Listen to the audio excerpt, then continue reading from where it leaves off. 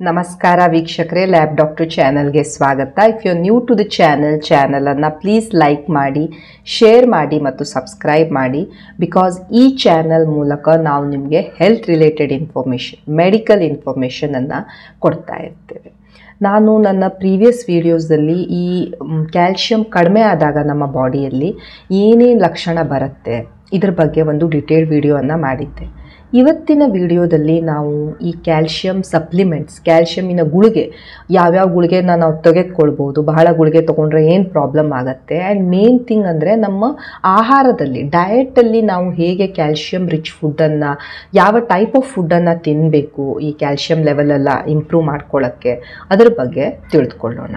So ನಾನು ಹೇಳಿದ ಹಾಗೆ ಕ್ಯಾಲ್ಶಿಯಂ ಒಂದು ಬಹಳ ಇಂಪಾರ್ಟೆಂಟ್ ಮಿನರಲ್ ಇರುತ್ತೆ ನಿಮ್ಮ ಬಾಡಿಯಲ್ಲಿ. ನಿಮ್ಮ ಹಾರ್ಟಿಗಿರ್ಬೋದು, ನಿಮ್ಮ ಕೂದಲಿಗಿರ್ಬೋದು, ನಿಮ್ಮ ಕಣ್ಣುಗಳಿಗಿರ್ಬೋದು, ಹಲ್ಲುಗಳಿಗಿರ್ಬೋದು, ಬೋನ್ಸಿಗಿರ್ಬೋದು, ಚರ್ಮಕ್ಕಿರ್ಬೋದು, ಇವೆಲ್ಲದಕ್ಕೂ ಈ ಕ್ಯಾಲ್ಶಿಯಂ ಬಹಳ ಇಂಪಾರ್ಟೆಂಟ್ ಇರುತ್ತೆ. ಕ್ಯಾಲ್ಶಿಯಂ ಡೆಫಿಷಿಯನ್ಸಿಯಿಂದ ಬಹಳಷ್ಟು ಜನರಿಗೆ ಈ ಸಿಂಪ್ಟಮ್ಸ್ ಬರ್ತಾ ಇರುತ್ತೆ. ಕೆಲವೊಬ್ಬರಿಗೆ ಗೊತ್ತೇ ಆಗೋದಿಲ್ಲ ಇದು ಡೆಫಿಷಿಯನ್ಸಿ ಆಫ್ ಕ್ಯಾಲ್ಶಿಯಂ ಅಂತ.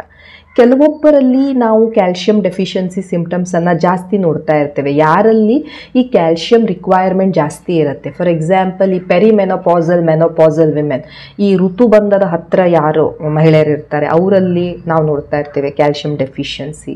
ಗ್ರೋಯಿಂಗ್ ಚಿಲ್ಡ್ರನ್, ಈ ಯೂಶ್ವಲಿ ಈ ಟೀನೇಜರ್ಸ್, ಅಡೋಲಸೆಂಟ್ಸ್ ಏನಿರ್ತಾರೆ 13 to 16 ಇಯರ್ಸಿನ ಗರ್ಲ್ಸ್, ಬಾಯ್ಸ್, ಇಂಥವರಲ್ಲಿ ಈ ಕ್ಯಾಲ್ಶಿಯಂ ಡೆಫಿಷಿಯನ್ಸಿ ನಾವು ನೋಡ್ತಾ ಇರ್ತೇವೆ.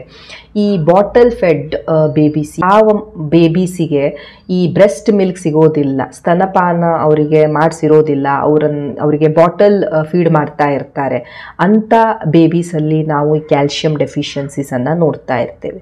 ಚಿಲ್ಡ್ರನ್ ಏನಿರುತ್ತೆ ಅವರಿಗೆ ಅವರ ಸ್ನಾಯುಗಳು ಬೆಳೀತಾ ಇರ್ತವೆ, ಬೋನ್ಸ್ ಗಟ್ಟಿ ಆಗ್ತಾ ಇರ್ತವೆ, ಮಸಲ್ ಮಾಸ್ ಡೆವಲಪ್ ಆಗ್ತಾ ಇರುತ್ತೆ, ಬೋನ್ ಡೆನ್ಸಿಟಿ ಜಾಸ್ತಿ ಆಗ್ತಾ ಇರುತ್ತೆ. ಸೊ ಅಂಥ ಟೈಮಲ್ಲಿ ಕ್ಯಾಲ್ಶಿಯಮಿನ ರಿಕ್ವೈರ್ಮೆಂಟ್ ಜಾಸ್ತಿ ಆಗ್ತಾ ಇರುತ್ತೆ. ಸೊ ಈ ಟೈಮಲ್ಲಿ ಅವರಿಗೆ ಈ ಕ್ಯಾಲ್ಶಿಯಂ ಸಿಗದೇ ಇದ್ದಾಗ ಈ ಕ್ಯಾಲ್ಶಿಯಂ ಡೆಫಿಷಿಯನ್ಸಿ ಮುಂದೆ ಕಾಣಿಸ್ಕೊಳ್ಬೋದು. ಅದೇ ರೀತಿ ಈ ಋತುಬಂಧದ ಟೈಮಲ್ಲಿ ಮಹಿಳೆಯರಿಗೆ ಏನಾಗುತ್ತೆ, ಅವರ ಬಾಡಿಯಲ್ಲಿ ಈಸ್ಟ್ರೋಜನ್ ಹಾರ್ಮೋನ್ ಕಡಿಮೆ ಆಗ್ತಾ ಬರುತ್ತೆ. ಸೊ ಯಾವಾಗ ಈಸ್ಟ್ರೋಜನ್ ಕಡಿಮೆ ಆಗುತ್ತೆ, ಈ ಹಾರ್ಮೋನಲ್ ಚೇಂಜಸ್ಸಿಂದ ಎಲ್ಲ ಏನಾಗುತ್ತೆ, ಅವರ ಸ್ನಾಯುಗಳು ಕಡಿಮೆ ಆಗ್ತಾ ಬರ್ತವೆ, ಬೋನ್ಸ್ ವೀಕ್ ಆಗ್ತಾ ಬರ್ತವೆ. ಸೊ ಇಂಥವರಲ್ಲಿ ನಾವು ಕ್ಯಾಲ್ಶಿಯಮಿನ ಸಪ್ಲಿಮೆಂಟೇಷನನ್ನು ಜಾಸ್ತಿ ಮಾಡಬೇಕಾಗತ್ತೆ. ಈಗ ಪ್ರೆಗ್ನೆಂಟ್ ವಿಮೆನ್ನಲ್ಲಿ, ಈ ಪ್ರೆಗ್ನೆಂಟ್ ವಿಮೆನ್ಗೆ ಯೂಶ್ವಲಿ ನಾವು ಕ್ಯಾಲ್ಶಿಯಂ ಜಾಸ್ತಿ ಕೊಡ್ತಾ ಇರೋದಿಲ್ಲ, ಯಾಕಂದರೆ ಪ್ರೆಗ್ನೆನ್ಸಿಯಲ್ಲಿ ನಮ್ಮ ದೇಹಕ್ಕೆ ಆ ಕೆಪಾಸಿಟಿ ಇರುತ್ತೆ ಜಾಸ್ತಿ ಕ್ಯಾಲ್ಶಿಯಮನ್ನು ಅಬ್ಸಾರ್ಬ್ ಮಾಡ್ಕೊಳ್ಳೋದು. ಸೊ ಯೂಶ್ವಲಿ ನಾವು ಪ್ರೆಗ್ನೆನ್ಸಿಯಲ್ಲಿ ಎಕ್ಸ್ಟ್ರಾ ಕ್ಯಾಲ್ಶಿಯಂ ಸಪ್ಲಿಮೆಂಟೇಷನ್ ಮಾಡ್ತಾ ಇರೋದಿಲ್ಲ, ಅನ್ಲೆಸ್ ಆ್ಯಂಡ್ ಅಂಟಿಲ್ ಹುಡುಗಿ ಬಹಳ ಅವಳ ವಯಸ್ಸು ತುಂಬ ಕಡಿಮೆ ಇದೆ, ಅಡೋಲಸೆಂಟ್ ಒಂದು 18-19 ಅವಳಿಗೆ ಪ್ರೆಗ್ನೆನ್ಸಿ ಆಗಿಬಿಟ್ಟಿದೆ ಅಂದಾಗ ದೆನ್ ನಾವು ಕ್ಯಾಲ್ಶಿಯಂ ಸಪ್ಲಿಮೆಂಟೇಷನ್ ಅನ್ನು ಮಾಡಬೇಕಾಗತ್ತೆ. ಸೇಮ್ ಥಿಂಗ್ ನಾವು ಬ್ರೆಸ್ಟ್ ಫೀಡಿಂಗಲ್ಲೂ ಈ ಸ್ತನಪಾನ ಮಾಡಬೇಕಾದ್ರೂ ಸಹ ಮಹಿಳೆಗೆ ಕ್ಯಾಲ್ಶಿಯಮನ್ನು ಜಾಸ್ತಿ ಅಬ್ಸಾರ್ಬ್ ಮಾಡುವಂಥ ಕೆಪಾಸಿಟಿ ಇರುತ್ತೆ. ಸೊ ಯೂಶ್ವಲಿ ಅವಳಿಗೆ ಆ ಟೈಮಲ್ಲಿ ಎಕ್ಸ್ಟ್ರಾ ಕ್ಯಾಲ್ಶಿಯಮಿನ ಸಪ್ಲಿಮೆಂಟೇಷನ್ ಮಾಡಬೇಕನ್ನೋ ರಿಕ್ವೈರ್ಮೆಂಟ್ ಇರೋದಿಲ್ಲ, ಅನ್ಲೆಸ್ ಆ್ಯಂಡ್ ಅಂಟಿಲ್ ಆ ಮಹಿಳೆ ಈ ಟೀನೇಜರ್ ಅಂದರೆ 18-19 ಇಯರ್ಸ್ ಎಕ್ಸೆಟ್ರಾ ಆ ಏಜಲ್ಲಿ ಇದ್ದಾಗ ನಾವು ಕ್ಯಾಲ್ಶಿಯಮನ್ನು ಎಕ್ಸ್ಟ್ರಾ ಆ್ಯಡ್ ಮಾಡಬೇಕಾಗತ್ತೆ. ಸೊ ಕ್ಯಾಲ್ಶಿಯಂ ಒಂದು ಗುಳಿಗೆ ಫಾರ್ಮಲ್ಲಿ ಸಿಗ್ತಾ ಇರುತ್ತೆ ನಮಗೆ, ಸಪ್ಲಿಮೆಂಟ್ಸ್ ನಾವೇನು ಹೇಳ್ತಾ ಇರ್ತೇವೆ ಡೆಫಿಷಿಯನ್ಸಿಯಲ್ಲಿ. ಎರಡನೇ ಇಂಪಾರ್ಟೆಂಟ್ ವೇ ನಾವು ಹೇಗೆ ಕ್ಯಾಲ್ಶಿಯಮನ್ನು ಅಳವಡಿಸ್ಕೊಳ್ಬೋದು ಅಂದರೆ ನಮ್ಮ ಡಯಟ್. ಈಗ ಕ್ಯಾಲ್ಶಿಯಂ ಸಪ್ಲಿಮೆಂಟ್ಸ್ ಏನಿರ್ತವೆ ನಮಗೆ ಗುಳಿಗೆ ಸಿಗ್ತವೆ, ಶೆಲ್ ಕ್ಯಾಲ್ ಎಕ್ಸೆಟ್ರಾ. ಸೊ ಇವುಗಳು ಡೆಫಿನೆಟ್ಲಿ ನಮ್ಮ ಕ್ಯಾಲ್ಶಿಯಮನ್ನು ಇಂಪ್ರೂವ್ ಮಾಡಲಿಕ್ಕೆ ಹೆಲ್ಪ್ ಮಾಡ್ತಾ ಇರ್ತವೆ. ಬಹಳಷ್ಟು ಈ ಗುಳಿಗೆಗಳಲ್ಲಿ ವಿಟಮಿನ್ ಡಿ ಕಾಂಬಿನೇಷನ್ ಇರುತ್ತೆ, vitamin D plus calcium. So ಇದೇನು ಮಾಡುತ್ತೆ, ಈ ಕ್ಯಾಲ್ಶಿಯಮಿನ ಅಬ್ಸಾರ್ಪ್ಷನ್, ಹೀರ್ಕೊಳ್ಳೋದನ್ನು ಹೆಚ್ಚಿಗೆ ಮಾಡ್ತಾ ಇರುತ್ತೆ.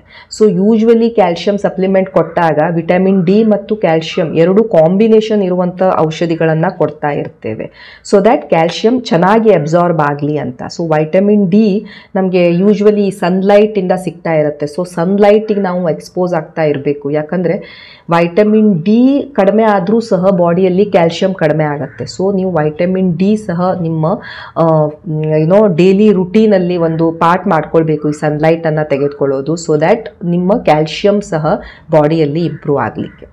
ಬಟ್ ಈ ಕ್ಯಾಲ್ಶಿಯಂ ಗುಳಿಗೆಗಳನ್ನ ಏನಿರ್ತವೆ ರೆಗ್ಯುಲರ್ಲಿ ನಾವು ತೆಗೆದುಕೊಳ್ತಾ ಇರಲಿಕ್ಕಾಗೋದಿಲ್ಲ. ಯಾಕಂದರೆ ಕೆಲವೊಮ್ಮೆ ಇದರಿಂದ ಸ್ವಲ್ಪ ಪೇಷಂಟ್ಸಿಗೆ ಕಾನ್ಸ್ಟಿಪೇಷನ್, ಮಲಬದ್ಧತೆ ಆಗುತ್ತೆ, ಗ್ಯಾಸ್ ಆದಂಗೆ ಆಗುತ್ತೆ, ಬ್ಲೋಟಿಂಗ್ ಆಗುತ್ತೆ, ಅಲ್ಸರ್ ಟೈಪ್ ಅವರಿಗೆ ಫೀಲ್ ಆಗ್ತಾ ಇರುತ್ತೆ, ಅಸಿಡಿಟಿ ಟೈಪ್ ಆಗ್ತಾ ಇರುತ್ತೆ.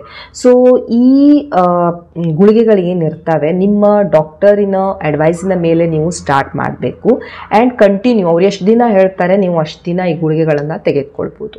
ಬಟ್ 500 milligram ಆಫ್ ಕ್ಯಾಲ್ಶಿಯಂ ನೀವು ಎವ್ರಿ ಡೇ ತೆಗೆದುಕೊಳ್ಳೋದು for 3 to 4 months it is safe. ಅದರಿಂದ ಅಷ್ಟೇನು ಪ್ರಾಬ್ಲಮ್ ಆಗ್ತಾ ಇರೋದಿಲ್ಲ.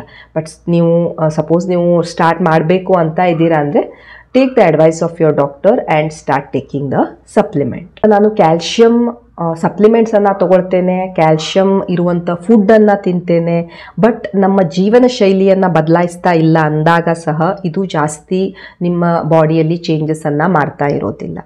ಇದನ್ನು ನಾನು ಯಾಕೆ ಹೇಳ್ತೇನೆ ಅಂದರೆ ಈ ಕ್ಯಾಲ್ಶಿಯಂ ಸಪ್ಲಿಮೆಂಟೇಷನ್, ಕ್ಯಾಲ್ಶಿಯಂ ಇರುವಂಥ ಫುಡ್ ಇವುಗಳನ್ನು ತೆಗೆದುಕೊಳ್ಳೋದರ ಜೊತೆ ನಾವು ನಮ್ಮ ಜೀವನ ಶೈಲಿಯಲ್ಲೂ ಸಹ ಕೆಲವೊಂದು ಚೇಂಜಸನ್ನು ಮಾಡಬೇಕಾಗತ್ತೆ.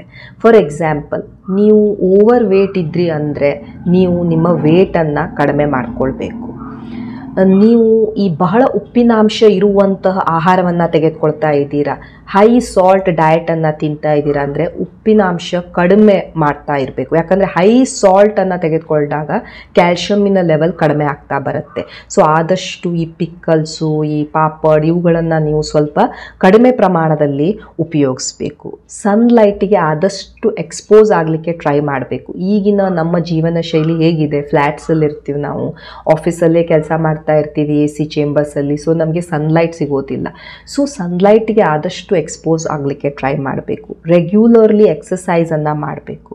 ನೀವು ಸ್ಮೋಕ್ ಮಾಡ್ತಾ ಇದ್ದೀರಾ, ಜಾಸ್ತಿ ಮದ್ಯಪಾನ ಮಾಡ್ತಾ ಇದ್ದೀರಾ, ನಾನು ಕ್ಯಾಲ್ಶಿಯಂ ಗುಳಿಗೆ ತಗೊಳ್ತೇನೆ, ಅದು ಇಫೆಕ್ಟಿವ್ ಆಗೋದಿಲ್ಲ. ಯಾಕಂದರೆ ಸ್ಮೋಕಿಂಗ್, ಎಕ್ಸೆಸಿವ್ ಡ್ರಿಂಕಿಂಗ್ ಇವು ಆನ್ ಇಟ್ಸ್ ಓನ್ ಕ್ಯಾಲ್ಶಿಯಮನ್ನು ಕಡಿಮೆ ಮಾಡಲಿಕ್ಕೆ ಹೆಲ್ಪ್ ಮಾಡ್ತಾ ಇರ್ತವೆ. ಜಾಸ್ತಿ ನಿಮ್ಮ ಊಟದಲ್ಲಿ ಅಥವಾ ನಿಮ್ಮ ಡೈಲಿ ಲೈಫಲ್ಲಿ ನೀವು ಈ ಕೋಲಾಸ್ ಇರ್ಬೋದು, ಸೋಡಾಸ್ ಇರ್ಬೋದು, ಕಾರ್ಬೋನೇಟೆಡ್ ಡ್ರಿಂಕ್ ಈ ಥರದ ಡ್ರಿಂಕ್ಸನ್ನು ಮಾಡ್ತಾ ಇದ್ದಾಗ ಇವು ಸಹ ನಿಮ್ಮ ಬೋನ್ಸನ್ನು ವೀಕನ್ ಮಾಡ್ತಾ ಇರ್ತವೆ. ಇವು ಕೆಲವೊಂದು ಲೈಫ್ ಸ್ಟೈಲ್ ಚೇಂಜಸನ್ನು ನೀವು ಮಾಡಬೇಕಾಗತ್ತೆ ಈ ಫುಡ್ ಮತ್ತು ನಿಮ್ಮ ಕ್ಯಾಲ್ಶಿಯಂ ಸಪ್ಲಿಮೆಂಟೇಷನಿನ ಜೊತೆ. ಸೊ ನಾವು ಲೆಟ್ ಅಸ್ ಸಿ ಯಾವ ಫುಡ್ಡಲ್ಲಿ ಈ ವೈಟಮಿನ್ ಡಿ ಅಥವಾ ಕ್ಯಾಲ್ಶಿಯಂ ರಿಚ್ ಇರುತ್ತೆ ಆ್ಯಂಡ್ ಇದು ನಮ್ಮ ಕ್ಯಾಲ್ಶಿಯಮನ್ನು ಇಂಪ್ರೂವ್ ಮಾಡಲಿಕ್ಕೆ ಹೆಲ್ಪ್ ಮಾಡ್ತಾ ಇರುತ್ತೆ. ಸೊ ಕ್ಯಾಲ್ಶಿಯಂ ರಿಚ್ ಫುಡ್ ಅಂತ ಹೇಳಿದರೆ ಈ ಡೈರಿ ಪ್ರಾಡಕ್ಟ್ಸ್, ಅದು ಹಾಲಿರ್ಬೋದು, ಪನೀರ್ ಇರ್ಬೋದು, ಮೊಸರು ಇರಬಹುದು, ಈ ಮಜ್ಜಿಗೆ ಇರ್ಬೋದು, ಇವೆಲ್ಲದರಲ್ಲಿ ಕ್ಯಾಲ್ಶಿಯಂ ಇರುತ್ತೆ. ಇವೆಲ್ಲವೂ greatest sources of calcium. So ಇವುಗಳನ್ನು ನೀವು ಆದಷ್ಟು ನಿಮ್ಮ ಡಯಟಲ್ಲಿ ಇನ್ಕ್ಲೂಡ್ ಮಾಡಬೇಕು.